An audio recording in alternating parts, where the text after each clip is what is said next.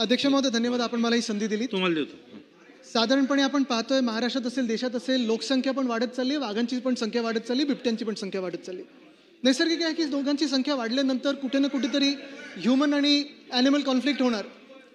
हे होत असताना आपल्याला आठवत असेल 2010-2011 साली जेव्हा 1411 टायगर्स लेफ्ट अशी जेव्हा एक सगळीकडे ॲड्स झाल्या वगैरे, त्याच्यानंतर वाघांची संख्या जी वाढली, अनेक वेगळ्या वेगळ्या मंत्र्यांनी चांगलं काम केलं. आत्ता परिस्थिती अशी आहे की आपण मान्य करायलाच पाहिजे की हा कॉन्फ्लिक्ट वाढत चाललेला आहे. तरी देखील एक चांगली गोष्ट आहे की अजून सुंदरबनमध्ये जसं मॅनईटर्स झालेले आहेत तसे महाराष्ट्रात अजून मॅनईटर्स झाले नाही आहेत. प्रासंगिक हमले होतात, कुठे ना कुठेतरी एखादा हमला होतो, मग त्याच्यावरनं आपली चर्चा होते. पण मला वाटतं आपण थोडा तरी विषय हा रुळावर आणला पाहिजे. काही काही गोष्टी आपण खूपच वेगळीकडे चाललो आहोत. मला 2-3 गोष्टी मंत्री महोदयांच्या निरीक्षणात आणायच्या आहेत. पहिली गोष्ट म्हणजे अध्यक्ष महोदय 2021-22 साली एक टेक्निकल कमिटी होती टायगर कॉन्फ्लिक्टवर. त्यांनी रिपोर्ट दिला होता. 2022 सालानंतर त्याची अजून अंमलबजावणी अजून स्थानिक पातळीवर चंद्रपूरसाठी झाली नाही. मंत्री महोदय आपण त्याच्यात लक्ष घालून ह्या वाघांचा जो कॉन्फ्लिक्ट आहे त्याच्यावर आपण ती अंमलबजावणी करावी. तसंच महाराष्ट्रासाठी एक बिबट ॲक्शन प्लॅन केला होता 2021-22 साली. तो देखील तसाच पुस्तकांमध्ये अजून त्याची स्थानिक पातळीवर, जसं आत्ता सुधीर भाऊ सांगत होते की जे रिस्पॉन्स टीम आहे किंवा वनमजूर आहेत त्यांना अजून जे मानधन जात नाही किंवा जे अजून प्रलंबित असेल ते देखील देणं गरजेचं आहे. तिसरी गोष्ट म्हणजे कन्हारगाव हे आपण 50वं अभयारण्य म्हणून तिथे स्थापन केलं होतं.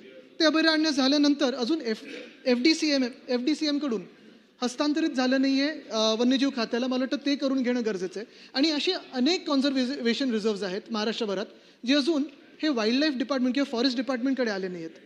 मंत्री महोदय आपण जे आत्ता सांगत होतात की संपूर्ण महाराष्ट्रामध्ये वाघांची सफारी असेल किंवा लेपर्ड सफारी असेल किंवा कॉन्झर्वेशन रिझर्व्स असतील, तर 2 भाग आहेत त्याच्यात. पहिला भाग म्हणजे जे आत्ता आपण स्थापन केलेले आहेत किंवा घोषित केलेले आहेत, कन्हारगाव असेल किंवा इतर अभयारण्य असतील ते. आणि दुसरी गोष्ट म्हणजे कॉन्झर्वेशन रिझर्व, ते हस्तांतरित करून आपल्या खात्यांकडे घेणं गरजेचं आहे.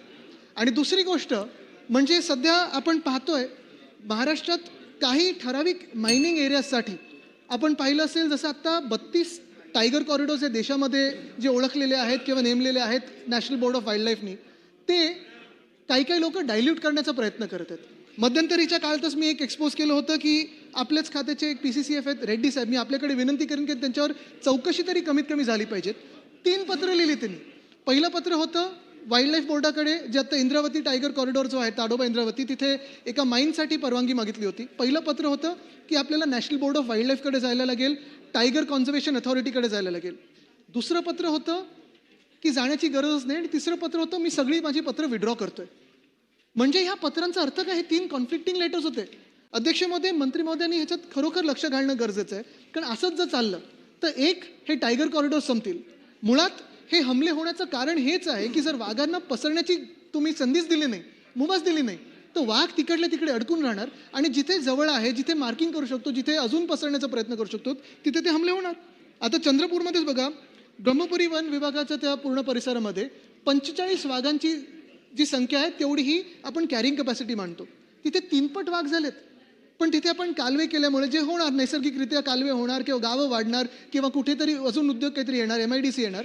पण आपण जर कॉरिडॉरच नष्ट करायला लागलो तर वाघ हे दुसऱ्या कॉरिडॉरपासून, म्हणजे जसं आपण सांगितलं मंत्री महोदय की सह्याद्रीपर्यंत असेल किंवा दुसऱ्या राज्यात असेल, हे कॉरिडॉर नष्ट झाले तर वाघ जाऊ शकणार नाही आणि मग हे हमले वाढत जातात.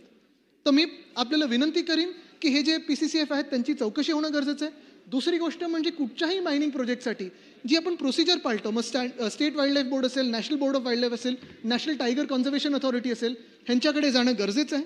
तिसरी गोष्ट म्हणजे जे आपण आत्ता पाहिलं असेल, अजून एक कारण जे आहे की गावाकडे वाघ का येतात, तर खाण्याचा जो विषय आला की वाघांचं जे खाणं आहे ते राहिलं नाही वगैरे.